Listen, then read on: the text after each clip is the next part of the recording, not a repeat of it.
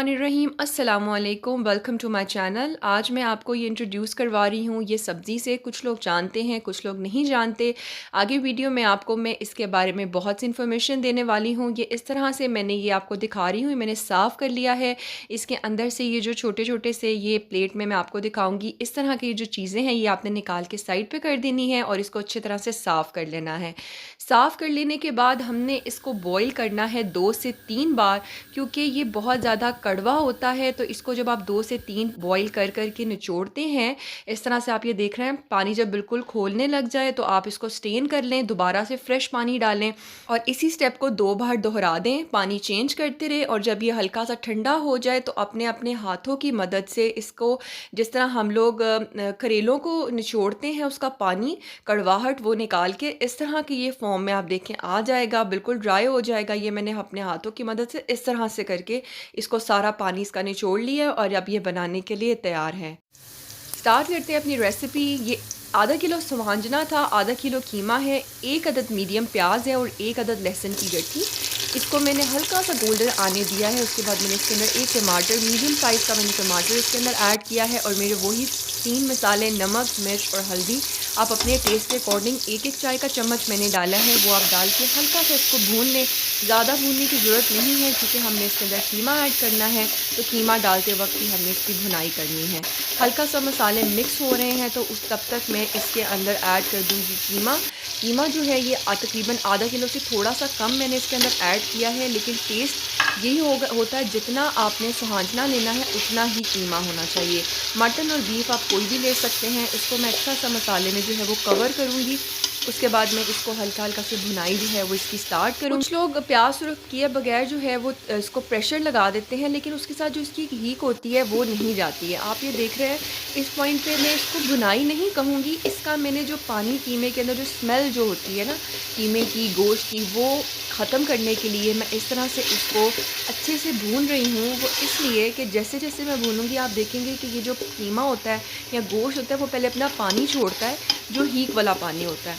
Normally अगर हम pressure लगा देते हैं तो हम लोग सोचते हैं यार स्मेल नहीं जा रही है, तो वो ये वजह होती है। आप ये देख रहे हैं कि ये भी ये पानी में जब भुनाई छोड़ती हूँ तो चारों तरफ से पानी आने लग जाता है। बेसिकली ये स्मेल होती है कीमे की, जो हम ख़त्म किए बगैर इसको प्रेशर लगा देते हैं और वो बीच में ही पानी, बीच में ही वो फिर बहुत ज़्यादा टाइम लेता है स्मेल ख़त्म करने के लिए। ये एग्जैक्ट मैं दिखाना चाह रही हूँ कि ये इस तरह से ये बिल्कुल ख़त्म करना है मुझे। पानी जब तक खुश्क नहीं होता कीमे का, क्योंकि इसके अंदर मैंने तो पानी नहीं डाला, ये इस तरह की फॉर्म में जब तक नहीं आता, इस पॉइंट पे आप प्रेशर लगाना चाहें आप प्रेशर भी लगा सकते हैं। लेकिन मैं जो है इसको हल्की आंच पे तकरीबन 45 मिनट्स के लिए रखा था ताकि ये अच्छी तरह से गल जाए। और पानी जो है आप आगे देखेंगे कि उतना डालें जितना आपको पता है कि कीमा जो है वो कितना टाइम लेता है। 30 to 40 मिनट्स में जो है वो टोटली कुक्ड हो जाता है। तो ये अभी मैं आप देख रहे हैं कि मैं वेट कर रही हूँ कि देख लूँ कि पानी तो नहीं है। जब मैं देखूँगी बिल्कुल तसल्ली हो जाएगी तो मैंने इसके अंदर तकरीबन 2 गिलास पानी के ऐड किए थे। पानी के ऐड करने के बाद मिक्स किया और हल्की आंच पे, बिल्कुल दम की आंच पे रख दिया। 40 to 45 मिनट्स के बाद आप ये देखें पानी टोटली ड्राई हो गया है। कीमा हमारा जो है वो भूनने के लिए तैयार है। अब इसकी हमने बुनाई करते जाना है। इसके अंदर मैंने 3 इंच का अदरक का टुकड़ा और 2 हरी मिर्चें इस वक्त मैंने ऐड की हैं। उसको इसके साथ भूनती रहूँगी। बहुत अच्छी सी मैंने इसकी बुनाई करनी है क्योंकि सुहांजना जो है वो हमारा रेडी है।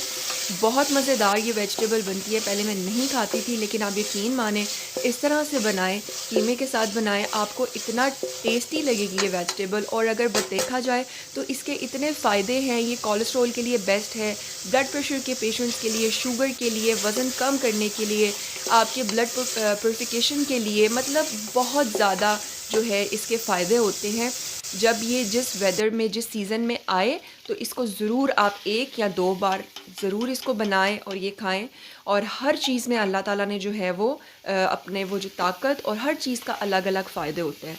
कीमा जब मैं देख रही हूँ प्रॉपरली मेरा भुन चुका है तो इसमें मैंने ये डाल दिया है सुहांजना।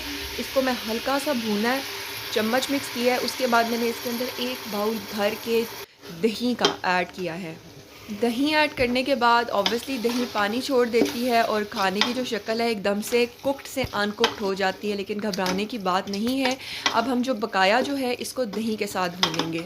बहुत ज़्यादा ये कड़वा होता है, लेकिन जिस तरह से मैंने आपको बताया है, जिस तरीके से स्टेप्स मैंने बताए हैं, उस तरह से करेंगे तो ये बिल्कुल भी कड़वाहट नहीं होएगी इसके अंदर और बिल्कुल आपको कीमे का ही टेस्ट लगेगा।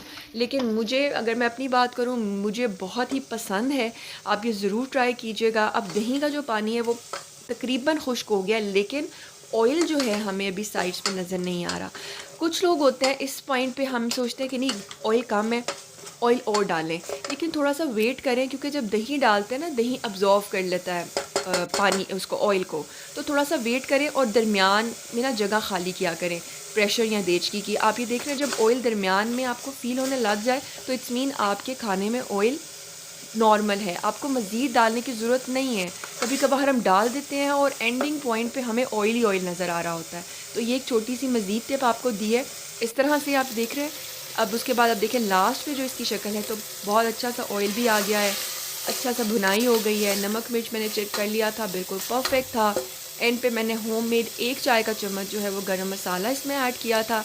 इसके अलावा मैंने इसके अंदर कोई साबुत मसाले ऐड नहीं किए हैं, कोई एक्स्ट्रा मसाले नहीं हैं। घर के जो हैं नॉर्मल मसाले जो हर घर में होते हैं वो हैं। बहुत मज़ेदार सा ये जो सांजना है वो हमारा रेडी है। ये मैं गरम मसाला इस पे ऐड कर रही हूँ। अब मैं इसको करूँगी डिश आउट।